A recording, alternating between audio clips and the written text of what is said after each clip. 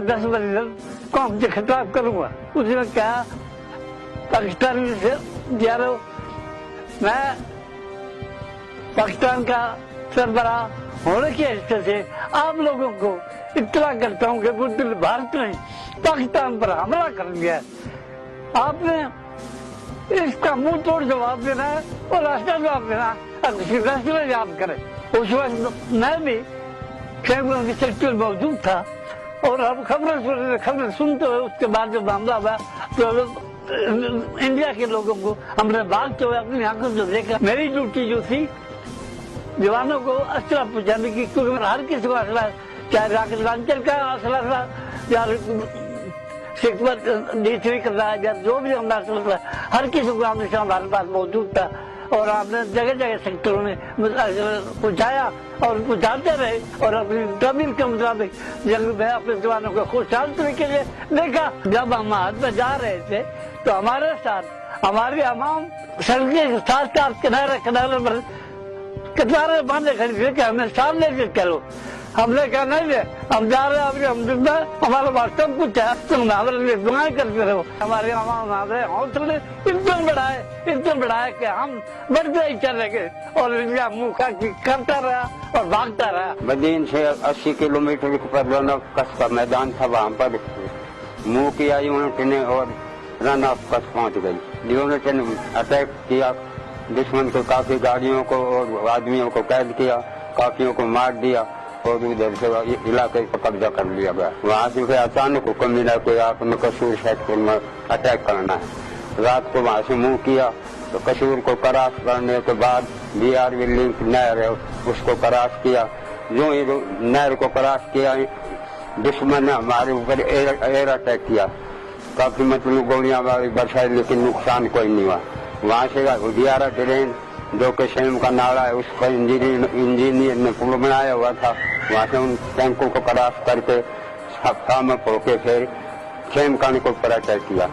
पहले अटैक के अंदर दुश्मन ने काफी टैंकों को बर्बाद किया, दुश्मन के इन्फेंट्री को कैद किया और वहाँ से हमने खेम का उनका 15 किलोमीटर का इलाका तक भी कब्जा कर लिया। अभी मेरे अंदर इतना जज्बा है कि मैं दुश्मन के इलाके में जाकर टैंक से हमला कर सकता हूँ, उसके इलाका पर कब्जा कर सकता हूँ। अल्लाह ताला ने इतना ईमान दिया है। ऐसे में मैं सीएम लाहौर था, हम 2 रेडियोग्राफर थे। एक सली के द्वारा मतलब ये है कि जख्मी जो आते थे हम उनका फर्स्ट एड देकर फॉरेन डिपार्टमेंट में भेजे थे। वहाँ एक्सरे होता था, एक्सरे होकर जो फॉरेन बॉडी होती है टुकड़े हुए वो रिमूव करके निकालते थे। 10 सितंबर को रात को हमारा लीगर शिवंडा से पीछे था।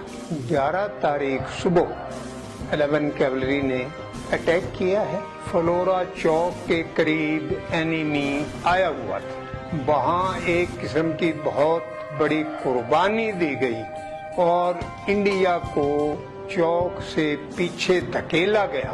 उनके वहाँ टैंक भी तबाह हुए, उनकी वहाँ गाड़ियां भी तबाह हुई। हमारे पास जो टैंक थे और गन्ने थी, सब ने मिलकर आर्टिलरी का ओपी हमारा वहाँ फ्लोरा चौक के अंदर थाने में ऊपर बैठा था और वो वहां से शेलिंग करा रहा था और इंडिया का इतना नुकसान हो रहा था कि इंडिया वहां रुक न सका, बल्कि उसको वहां से जान छुड़ानी मुश्किल हो गई कि हम यहाँ से निकले कैसे।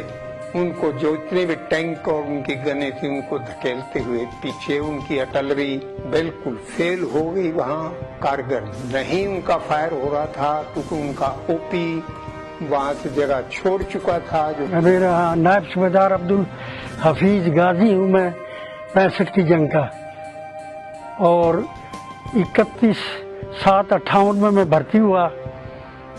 380 में मेरी ट्रांसफर हुई चकलाला ट्रेनिंग करके।